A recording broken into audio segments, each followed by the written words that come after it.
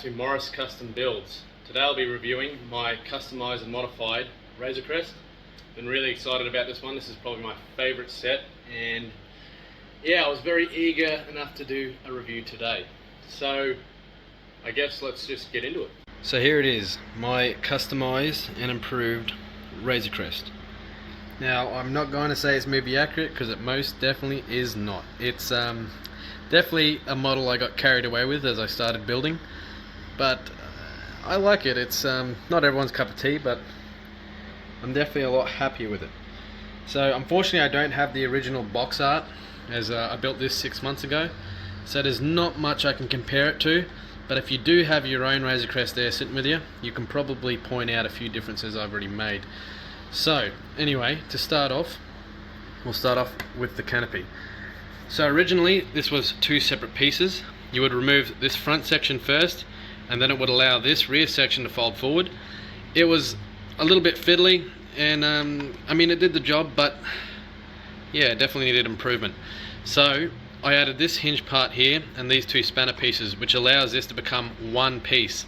So now this folds forward, and I know in the Star Wars universe the Mandolorian is not a fan of droids, but I am a mechanic and astromech droids are mechanics, so I like to include an astromech droid with every build I do and every build I customize.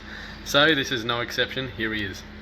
So folding that backwards, removing this as one section is exactly the same as it used to be. It's just those two clip pieces there, and as you can see, I've retained those original clips, but I have removed the rear ones, and it's allowed this corridor to be opened up.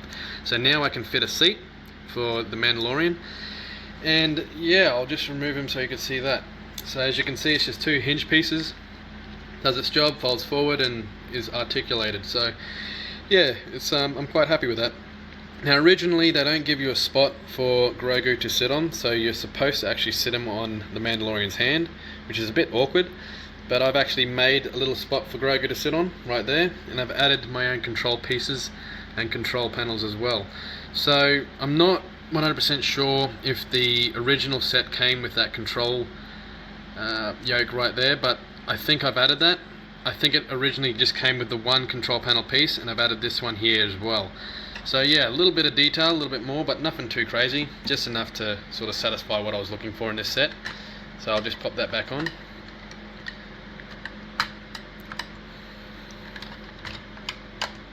So moving forward,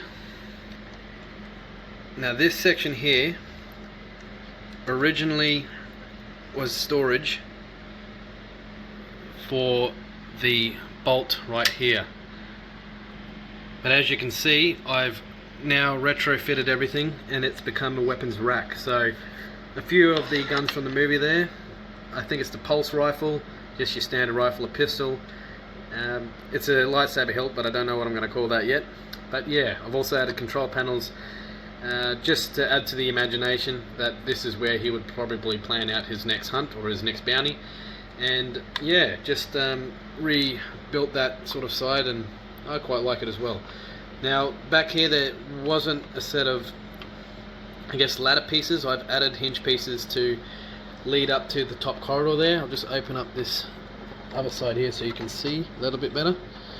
So yeah, it just leads up to the cockpit, and yeah, originally that was just flat pieces, so I've added a little light there just for imagination, and yeah, a few of the hinge pieces there to represent a ladder. The interior itself is pretty much original. It's all how the set came. I pretty much just added the sweep bike for the sake of it, just to, I guess, fill it out a little bit better. But being a gunship, it should be a troop carrier, so yeah, I haven't changed much there or added anything. I still kept the carbonite prisoners where they were, which is where the set put them, but I haven't really changed or added anything on the rear section at all. So yeah, that's pretty much original. On this side, I took the bedding, or what was supposed to represent the bedding, and I've actually added that into the escape pod. So I've just put those two pieces in there instead. And I haven't changed the escape pod at all. I haven't decided if I want to change anything up here yet, but so far I've just kept it original. And this forward section here I've turned into sort of a little gantry area where he would store his food, and a little table and whatnot. So yeah, just sort of, you know, those long trips, add to the imagination again, and yeah, just something different. So I'll close that up and we'll move on to the engine detail. So here I've added some cheese slopes for this inlet area just to smooth it out. It wasn't too bad to begin with, but of course a piece is going to fall out while I'm doing the video. But anyway, it wasn't too bad to begin with, but yeah, just sort of smooths it out a little bit and adds a little bit more detail, and I quite like the way that looks now. I did add these large cylinder pieces here, these big wheel pieces, just to open up the inlet side of the engine just a little bit more, just to give it a little bit more depth. This here is all original up till this section here. Now I sort of cheated with this part, and this actually came from a Mega Construct set, the Sabre, but at the moment I'm quite happy with it, and I'm probably going to keep that like that for a while until I get back around to it. Originally I was going to take all these pieces, sort of flip them inside out and turn them into my own thruster, sort of, because you can open these and close these, my own sort of nasal, but right now I've sort of gone a different way and cheated and used that part, so I'm quite happy with that at the moment, and I'll probably leave it alone for now.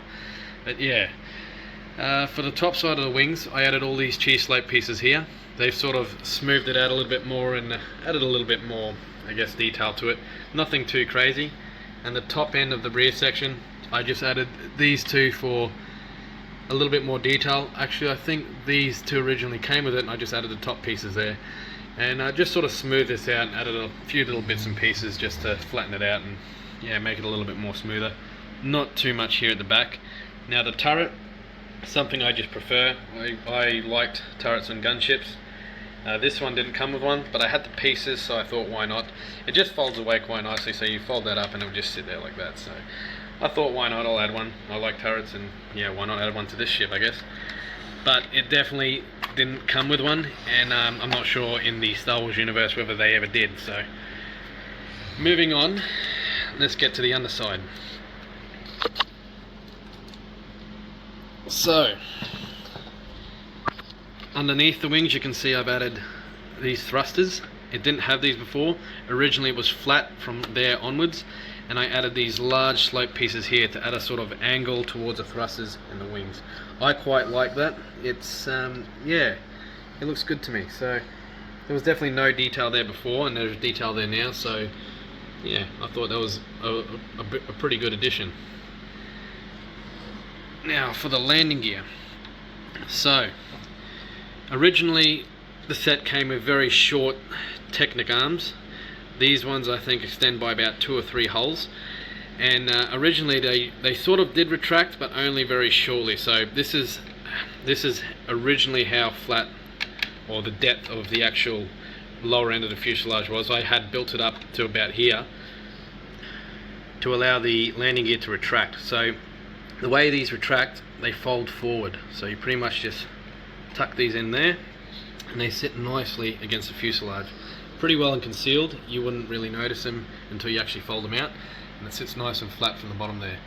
The front one, I did actually remove the original landing skid, and I actually built it up so it's a little tripod sort of style landing gear. So this just folds backwards and then forwards, and it gives it a nice little slope towards the front there, which leads into the front of the fuselage, which I quite like.